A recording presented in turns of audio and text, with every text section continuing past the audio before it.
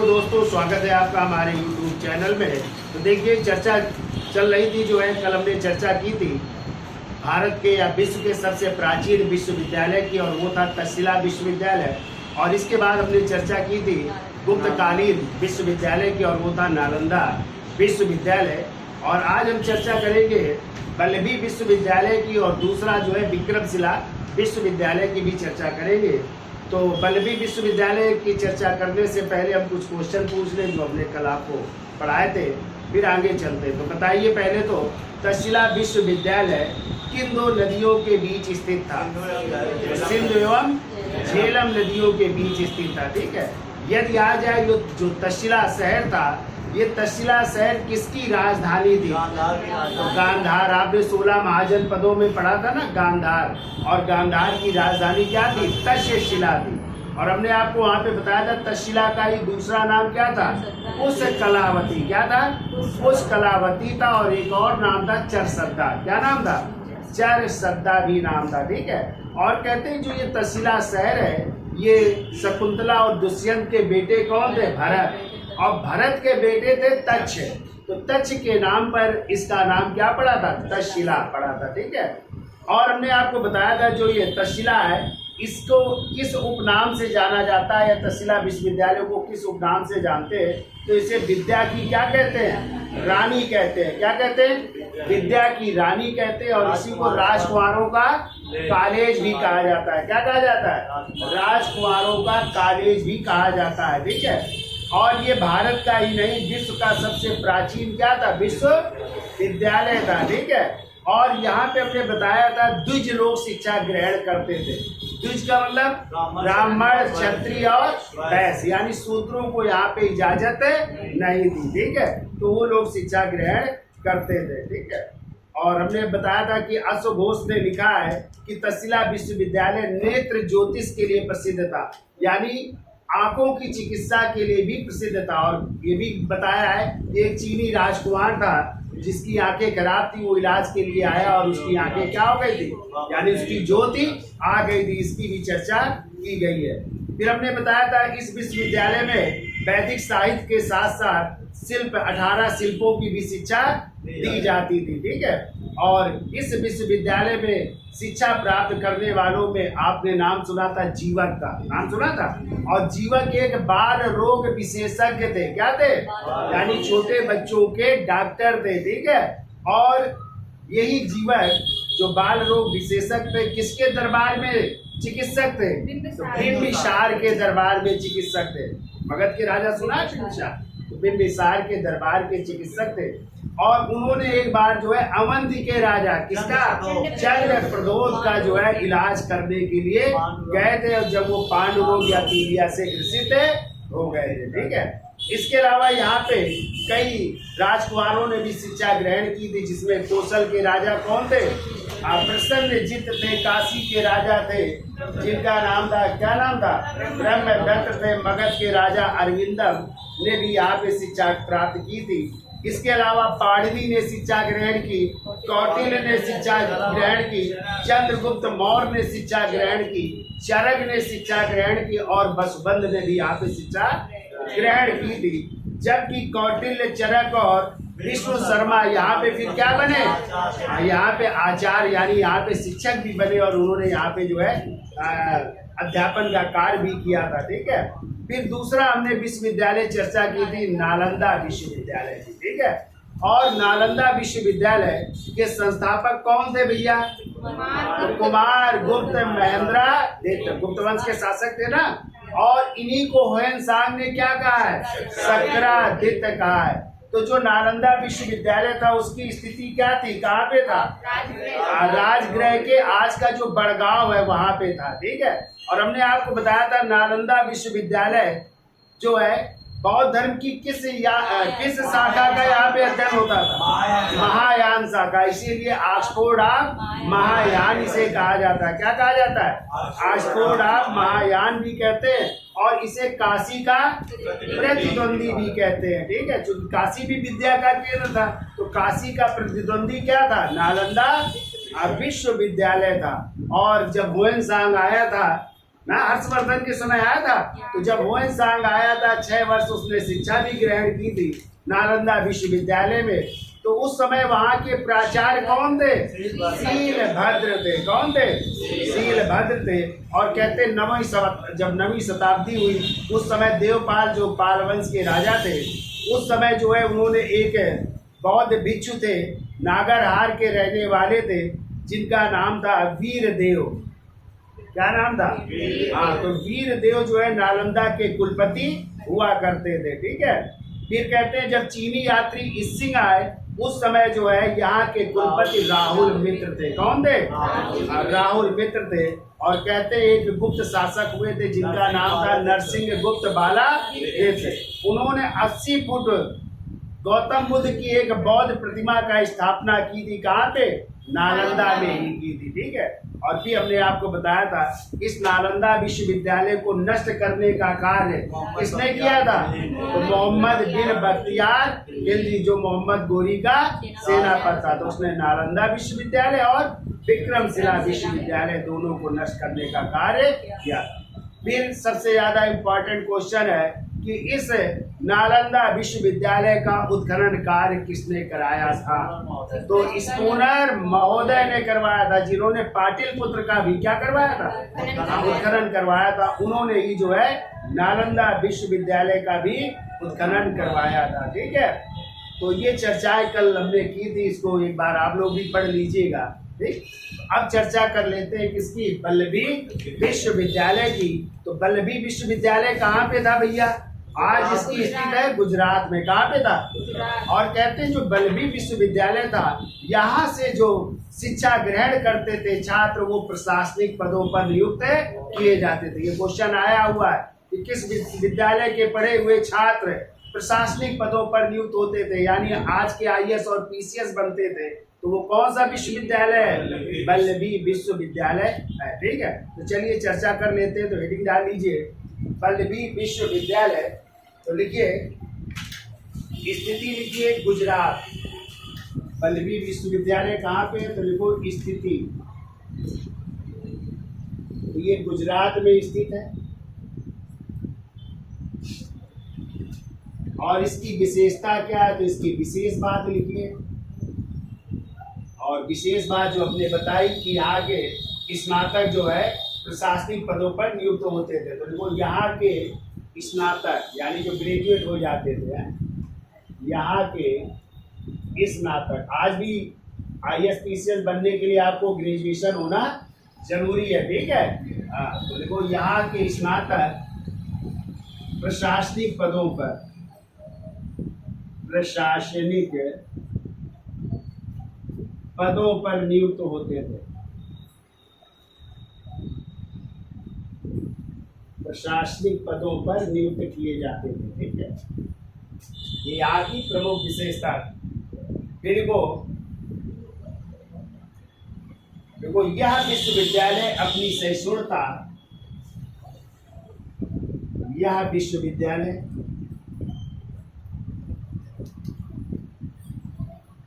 अपनी सहिष्णुता यानी सभी धर्मों को समान व्यवहार है, अपनी सहिष्णुता एवं बौद्धिक स्वतंत्रता के लिए प्रसिद्ध है।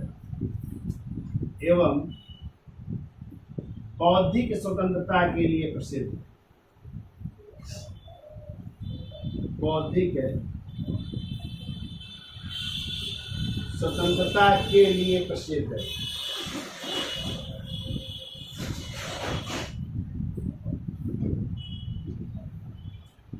बौद्धिक स्वतंत्रता के लिए प्रसिद्ध था, अपनी धार्मिक सहिष्णुता यानी सभी धर्मों में समान वृद्धि के लिए या सभी धर्मों के सार वृद्धि के लिए और वहाँ की बौद्धिक क्षमता के लिए प्रसिद्ध था। ठीक है। अगला पॉइंट लिखिए। देखो यहाँ से पढ़ चुके विद्यार्थियों को, यहाँ से पढ़ चुके छात्रों को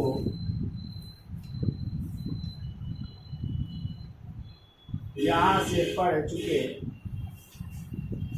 छात्रों को अपनी जीविका प्रारंभ करने के लिए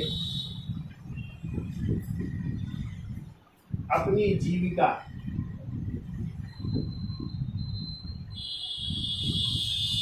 प्रारंभ करने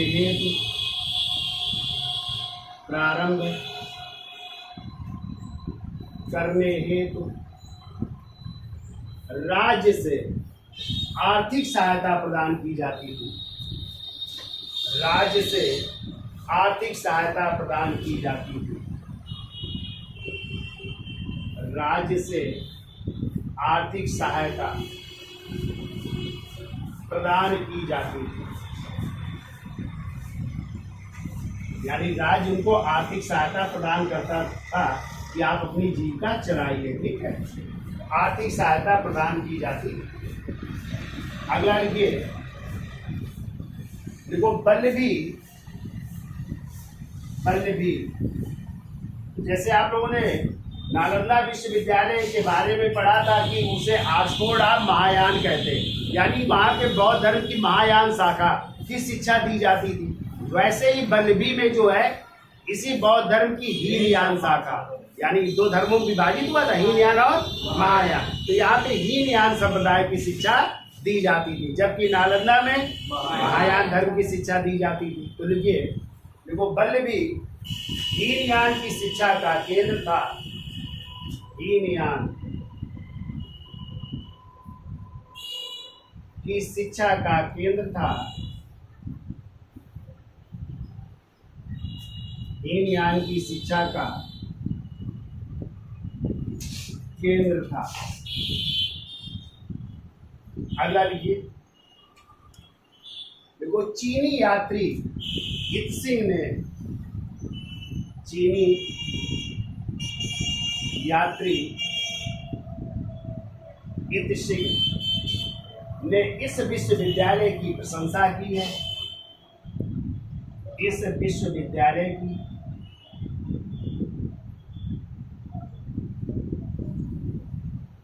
विश्वविद्यालय की प्रशंसा की है और उसके अनुसार यहाँ 100 बौद्ध विहार एवं 6000 बौद्ध भिक्षु थे। और उसके अनुसार यहाँ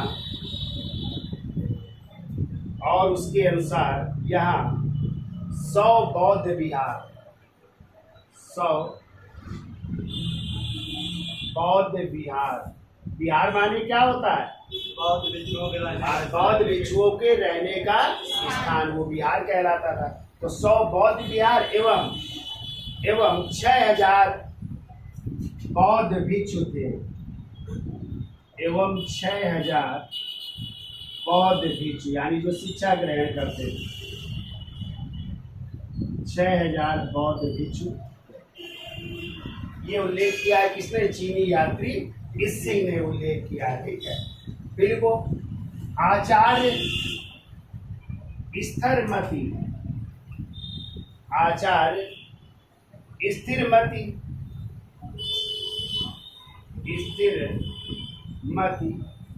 एवं आचार्य गुणमती, एवं आचार्य गुणमती, आचार्य स्थिरमती और आचार्य गुणमती ने इसी विश्वविद्यालय में अपने प्रसिद्ध ग्रंथों की रचना की। इसी विश्वविद्यालय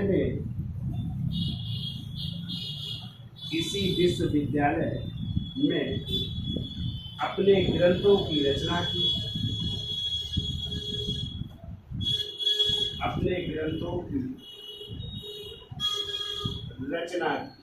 तो इन्होंने अपने ग्रंथ भी इसी विश्वविद्यालय में रह करके लिखे थे, ठीक है। फिर तो इसके बाद ये दोनों आचार्य नालंदा विश्वविद्यालय चले गए। यानी यहाँ से पढ़ने के बाद फिर नालंदा में शिक्षा ग्रहण की थी। नालंदा विश्वविद्यालय चले गए थे। तो कहते हैं कि बल्लभी विश्वविद्यालय में दोनों ने अपने ग्रंथ लिखे और यहीं से प्रसिद्ध भी हुए, ठीक है। और प्रसिद्ध होने के बाद फिर कहाँ चले गए? नालंदा विश्वविद्यालय। चूंकि नालंदा विश्वविद्यालय ज्यादा फेमस था इसलिए फिर वहां चले गए और वहां पे फिर जो है रह करके कुछ अध्ययन किया। ठीक है, इतना समझ में आ जाएगा। तो पल्लवी विश्वविद्यालय कहाँ पे भैया? गुजरात में। किसके लिए विशेष प्रसिद्ध था? यहाँ से जो पढ़े हुए स्नातक छात्र होते थे किस पद पर?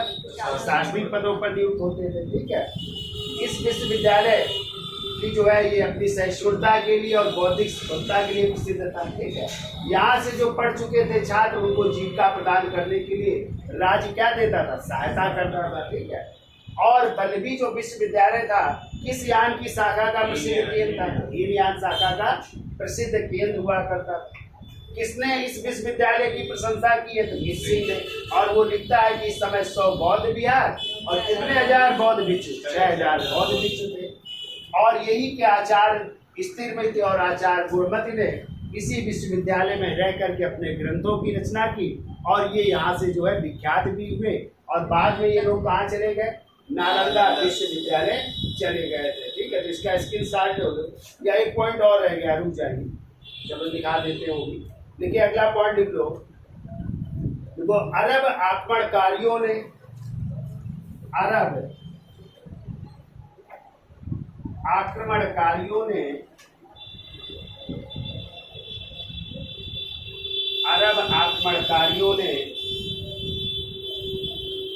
तो चूंकि पल्लवी में एक वंश था मैत्रक वंश। कौन सा वंश था?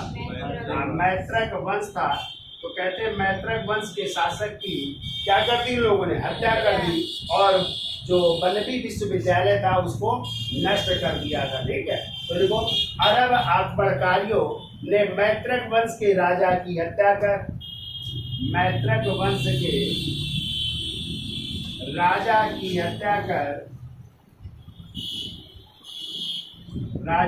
हत्या कर पल्लवी विश्वविद्यालय को नष्ट कर दिया। पल्लवी विश्वविद्यालय को नष्ट कर दिया। तो इतनी चीजें आपको याद रखनी है इस पल्लवी विश्वविद्यालय के बारे में। याद हो जाएगा क्यों भैया? इस गुजरात में और सबसे ज्यादा ये इम्पोर्टेंट है। क्या कि किसलिए प्रसिद्ध था? प्रशासनिक पदों में यहाँ के छात्र क्या होते थे? नियुक्त होते थे। ठीक है, और ये आचार्य के बारे में याद रखना, गुणमति और स्थिरमति के बारे में है। तो अब अगले विश्वविद्यालय की भी चर्चा कर लेते हैं और वो विश्वविद्यालय विक्रमशिला विश्वविद्यालय, जिसकी स्थापना की थी पाल वंश के राजा धर्मपाल ने। किसने की थी? धर्मपाल ने की थी। और इस विश्वविद्यालय को भी नष्ट करने का कार्य किया था मोहम्मद बिन बख्तियार खिलजी ने, जो किसका सेनापति था? मोहम्मद गोरी का सेनापति था। उसने भी विक्रमशिला विश्वविद्यालय को नष्ट कर दिया। तो इसका स्क्रीनशॉट ले लो, फिर आगे चलते हैं। तो देखिए विक्रमशिला विश्वविद्यालय, अगले विश्वविद्यालय की चर्चा कर लेते हैं। और ये विक्रमशिला विश्वविद्यालय जो है ये गंगा और सोन नदियों के संगम में स्थित है। किन दो नदियों के? गंगा प्लस सोन नदियों के संगम पे स्थित होने के कारण इसे जो है शिला संगम के नाम से भी जाना जाता है। ठीक है, इसका लिखिए अन्य नाम लिखिए। अन्य नाम क्या इसका? लिखिए शिला संगम भी कहते हैं इसे। शिला संगम कहा जाता है। और क्यों कहा जाता है? तो दो नदियों के बीच। कौन सी? तो देखो गंगा प्लस सोन नदियों के बीच। गंगा प्लस सोन नदियों के बीच स्थित होने के कारण इसे शिला संगम के नाम से भी जाना जाता है। ठीक है, और दूसरा जो है कहते हैं इसके संस्थापक कौन थे? इसके संस्थापक थे धर्मपाल। तो लिखिए संस्थापक थे धर्मपाल। और आप लोगों ने पीछे पढ़ा है कि धर्मपाल की एक उपाधि थी और वो उपाधि थी विक्रमशील की। कौन सी थी? विक्रमशील की उपाधि थी। और कहते यही विक्रमशील की उपाधि होने के कारण इस विश्वविद्यालय को क्या कहा गया? विक्रमशिला विश्वविद्यालय भी कहते हैं। तो विक्रमशिला विश्वविद्यालय इन्हीं की उपाधि के कारण इसका नाम पड़ा। ठीक है, तो संस्थापक कौन हो जाएंगे? धर्मपाल। और इनकी उपाधि क्या थी? विक्रमशील। इस कारण इस विश्वविद्यालय को क्या कहा गया? विक्रमशिला विश्वविद्यालय कहा गया। ठीक है, अब देखिए ये कहाँ पे स्थित है विक्रमशिला विश्वविद्यालय। तो आज की स्थिति यदि जाननी हो तो स्थिति लिख लीजिए। तो देखिए यह बिहार के पत्थरघाट पहाड़ी पर, बिहार के पत्थरघाट पहाड़ी पर पत्थरघाट पहाड़ी पर अंतिचक में स्थित है। अंतिचक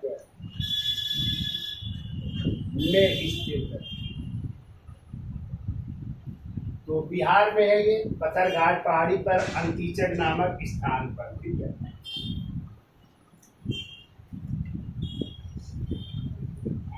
देखो विशेष बात क्या है? विशेष बात तो कहते हैं जो यहाँ के पाल वंश के शासक थे तो यहाँ के विद्यार्थियों को उपाधि भी प्रदान करते थे। कौन सी? तारण कलंकार की उपाधि और तर्क चक्रवर्ती की उपाधि प्रदान करते थे। ठीक है, तो देखो पाल शासक यहाँ के विद्यार्थियों को, पाल शासक यहाँ के विद्यार्थियों को, यहाँ के विद्यार्थियों को तो दो उपाधि लिखिए। एक तो लिखिए तर्कालंकार है, तर्कालंकार, एक तो ये उपाधि हो गई। और दूसरी लिख लीजिए तर्क चक्रवर्ती की उपाधि प्रदान करते थे। तर्क चक्रवर्ती की उपाधि प्रदान करते थे, उपाधि प्रदान करते।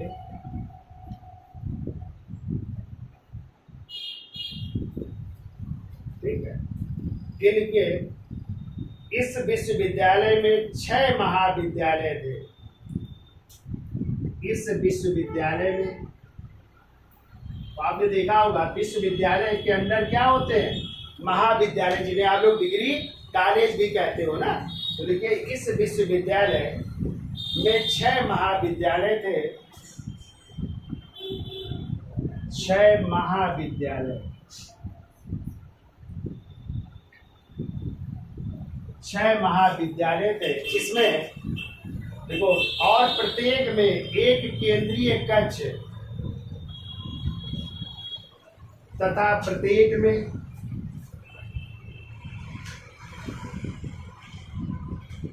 एक केंद्रीय कक्ष,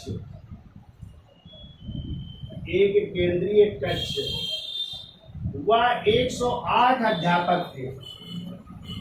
108 अध्यापक थे।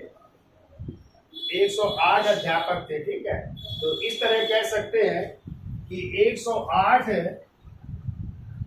गुणते 6 बराबर, ठीक है, कितना हो जाएगा? 648 अध्यापक थे। ठीक है, 6 महाविद्यालय और प्रत्येक महाविद्यालय में कितने? 108। तो 108 गुणते 6 कर दोगे तो 648 अध्यापक थे। ठीक है, और जो केंद्रीय कक्ष था यही विज्ञान भवन था। तो देखो केंद्रीय कक्ष ही विज्ञान भवन था। केंद्रीय कक्ष ही विज्ञान भवन था। केंद्रीय कक्ष ही विज्ञान भवन था। अगला पॉइंट लिखो, तो जो तिब्बत से छात्र आते थे, ठीक है, तो कहते हैं जो तिब्बत से आते थे छात्र बौद्ध धर्म की शिक्षा ग्रहण करते, उनके लिए एक अतिथि गृह बनाया गया था, विशिष्ट अतिथि गृह हुआ करता था, वहीं पे वो रुकते थे आकर के, ठीक है। तो देखो तिब्बती छात्रों के आवास के लिए, तिब्बती छात्रों के आवास के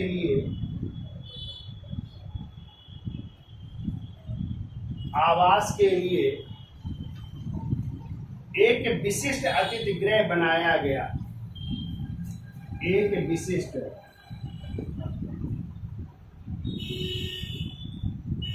अतिथि गृह बनाया गया, अतिथि गृह बनाया गया, विशिष्ट अतिथि गृह बनाया गया। देखिए यहाँ यह विशिष्ट विद्वानों, देखो यह विशिष्ट विद्वानों जैसे अतिश की स्मृति में उनके चित्र दीवारों पर बना दिए जाते थे। यह विशिष्ट या यहाँ विशिष्ट विद्वानों जैसे अतिश की स्मृति में, अतिश की स्मृति में दीवारों में चित्र बना दिए जाते थे, चित्र बना दिए जाते थे। अब यहाँ पे कौन कौन विद्वान थे जो यहाँ पे रहे हैं, तो देखो पहला दीपांकर श्री ज्ञान, इन्हीं को अतिश कहते हैं। तो देखो निम्न विद्वान यहाँ पे रहते थे, तो देखो पहला है दीपांकर श्री ज्ञान, दीपांकर श्री ज्ञान, और इन्हीं का दूसरा नाम अतिश भी है, अतिश। दूसरा लिखिए यहाँ पे अभयांकर गुप्त भी रहते थे, अभयांकर गुप्त, अभयांकर गुप्त। तीसरा नाम लिखिए यहाँ पे जो है ज्ञानपाद भी रहते थे, ज्ञानपाद। चौथा लिखिए यहाँ पे रक्षित भी रहते थे, रक्षित भी विद्वान यहाँ पे थे। रक्षित के अलावा जो है यहाँ पे तथागत भी थे, पांचवा नाम लिख लो तथागत। वैसे तथागत किसे कहा गया है? गौतम बुद्ध को भी तथागत कहा गया था, ठीक है। और छठवां नाम लिख लीजिए, उनका नाम है वैरोचन, है वैरोचन। तो ये विद्वान जो है यहाँ पे रहते थे विक्रमशिला विश्वविद्यालय में। तो सबसे प्रसिद्ध कौन थे, कभी आ जाए तो दीपांकर श्री ज्ञान थे, जिनको अतिश के नाम से भी जाना जाता है। ये सबसे ज्यादा जो है विद्वान थे ये, ठीक है। अगला पॉइंट लिखो, 1203 ईस्वी में यहाँ के कुलपति शाक्य श्री भद्र थे। देखो 1203 ईस्वी में यहाँ के कुलपति शाक्य श्री भद्र थे, शाक्य श्री भद्र थे। और कहते हैं जब यही कुलपति थे तभी 1203 ईस्वी में किसने, मोहम्मद बिन बख्तियार खिलजी ने, जो मोहम्मद गोरी का सेनापति था, तो मोहम्मद बिन बख्तियार खिलजी ने इसको क्या कर दिया था, विक्रमशिला विश्वविद्यालय और नालंदा विश्वविद्यालय दोनों को नष्ट कर दिया। चलिए हम बोल देते, देखो 1203 ईस्वी में यहाँ के कुलपति शाक्य श्री भद्र थे, और इसी समय मोहम्मद बिन बख्तियार खिलजी ने और इसी समय मोहम्मद बिन बख्तियार खिलजी ने इस विश्वविद्यालय को नष्ट कर दिया। और इसी समय मोहम्मद बिन बख्तियार खिलजी ने इस विश्वविद्यालय को नष्ट कर दिया। अतः जो यहाँ के कुलपति थे, कौन थे? शाक श्रीभद्र, वो ये छोड़ करके, यानी विक्रमशिला विश्वविद्यालय को छोड़ करके कहाँ चले गए? तिब्बत। कहाँ चले गए थे? तिब्बत चले गए थे। तो लिख लो, अतः यहाँ के कुलपति शाक श्रीभद्र तिब्बत चले गए थे। शाक श्रीभद्र तिब्बत चले गए थे। तो यहाँ से चले गए। तो क्वेश्चन आ सकता है कि जब बख्तियार खिलजी ने विक्रमशिला विश्वविद्यालय पर आक्रमण किया, उस समय यहाँ के कुलपति कौन थे? तो क्या बताओगे? शाक श्रीभद्र थे। और फिर ये यहाँ से कहाँ चले जा रहे हैं? तिब्बत चले जा रहे हैं। ठीक है, तो याद हो जाएगा। तो किसने स्थापना की विक्रमशिला विश्वविद्यालय की? धर्मपाल ने। ठीक है, किन दो नदियों के बीच स्थित था? गंगा और सोन नदियों के बीच स्थित था, इसलिए इसे क्या कहा गया है? शिला संगम के नाम से जाना जाता है। ठीक है, और चूंकि धर्मपाल की एक उपाधि क्या थी? विक्रमशील थी, इसलिए इस विश्वविद्यालय को विक्रमशिला विश्वविद्यालय कहा गया। कहाँ पे ये है आज? तो बिहार के पत्थरघाट में अंतिचक नामक स्थान में स्थित है। ठीक है, और यहाँ के विद्यार्थी जो थे उनको पाल शासक कौन सी उपाधि प्रदान करते थे? तारंग कालंकार की और तर्क चक्रवर्ती की उपाधि प्रदान करते थे। इस विश्वविद्यालय में कितने महाविद्यालय थे? 6, और प्रत्येक में एक केंद्रीय कक्ष था, और यही केंद्रीय कक्ष क्या था? विज्ञान भवन था। कितने अध्यापक थे? 108 अध्यापक थे। तो 6 महाविद्यालय, 108 अध्यापक, तो बराबर ये करोगे गुणा तो 648 अध्यापक थे। यहाँ पे कहाँ के छात्र आते थे? तिब्बत के छात्र, और उनके लिए एक विशिष्ट अतिथि गृह स्थापित था। और यहाँ के विशिष्ट विद्वान कौन थे? अतिश, और जिनके चित्र दीवारों पर भी बनाए गए। इसके अलावा और भी यहाँ के विद्वान थे। अतिश तो थे ही, अभयंकार गुप्त थे, ज्ञानपाल थे, रक्षित थे, तथागत थे, वैरोचन थे। ठीक है, और 1203 ईस्वी में यहाँ के कुलपति कौन थे? शाक श्रीभद्र थे। और इसी समय बख्तियार खिलजी ने विक्रमशिला विश्वविद्यालय को नष्ट किया, तो ये भी भाग करके कहाँ चले गए? तिब्बत चले गए। तो ये कहानी थी आपकी विक्रमशिला विश्वविद्यालय। ठीक है, तो वीडियो अच्छा लगा हो तो लाइक, शेयर और सब्सक्राइब भी करें और देखते भी रहें। धन्यवाद।